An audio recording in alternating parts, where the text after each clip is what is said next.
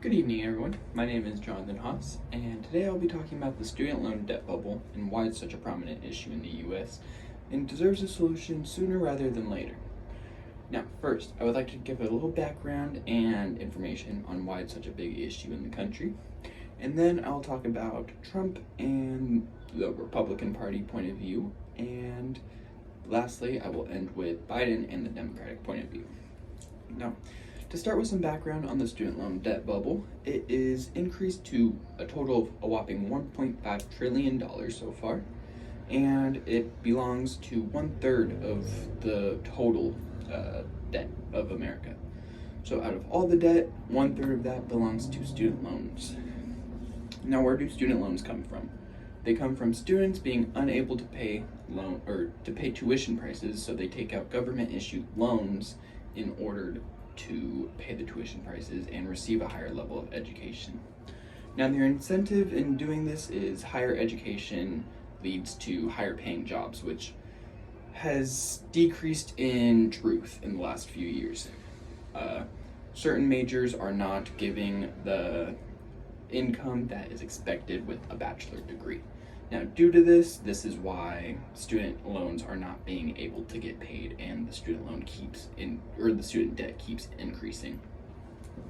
So, now that I've given you the total student debt and given reasoning to why it's such a big issue, I would now like to move my focus to Trump and the corresponding Republican views.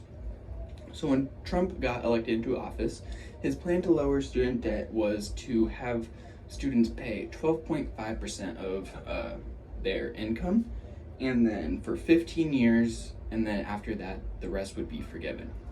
The problem with this was that the forgiveness was not always equal because of it being based on income. So different people are being forgiven different amounts, and some found this being unfair, others saw it as being fair because lower income individuals needed more help in getting it refunded for them. But that was the controversy with that. However, the Republican Party has had two acts as well that did not get passed, but they were known as the Loan Act and then the Helpers Act.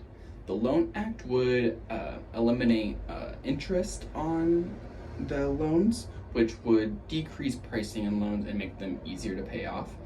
However, there was a one-time fee that you had to pay in order to follow this loan plan. The next one was the Helpers Act, which created a system of pulling from your 401k in order to pay off your loans. You were able to pay a little bit more than $5,000 from your 401k monthly in order to pay loans. Along with this act, your significant other or spouse was able to pay your loans as well if needed. So with these two acts, neither of them got passed, but they do show the Republican ideals for student loan debt and just how they were going about fixing it. So now that I have touched upon the Republican Party and on Trump's views on the student loan debt bubble, I would now like to push our focus to Biden and the Democratic views. So the Democrats were much more lenient on loan forgiveness, and they were more inclined to forgiving loans in order to increase quality of post-student life. So when Biden was first elected, his first act on student loans was to forgive $10,000 to $20,000 on qualified individual loans.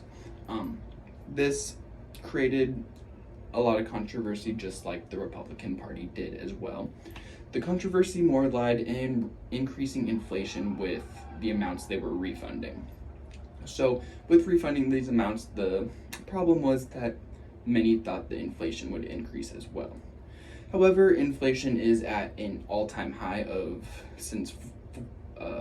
from about 40 years ago, which is Biden's exact reasoning to why his forgiveness was motivated.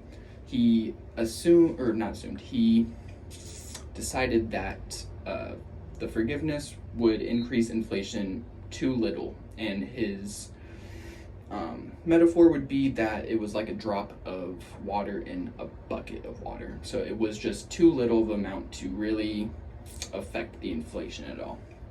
However, it would increase the lives of students and give them more spending money, which would in turn increase economy.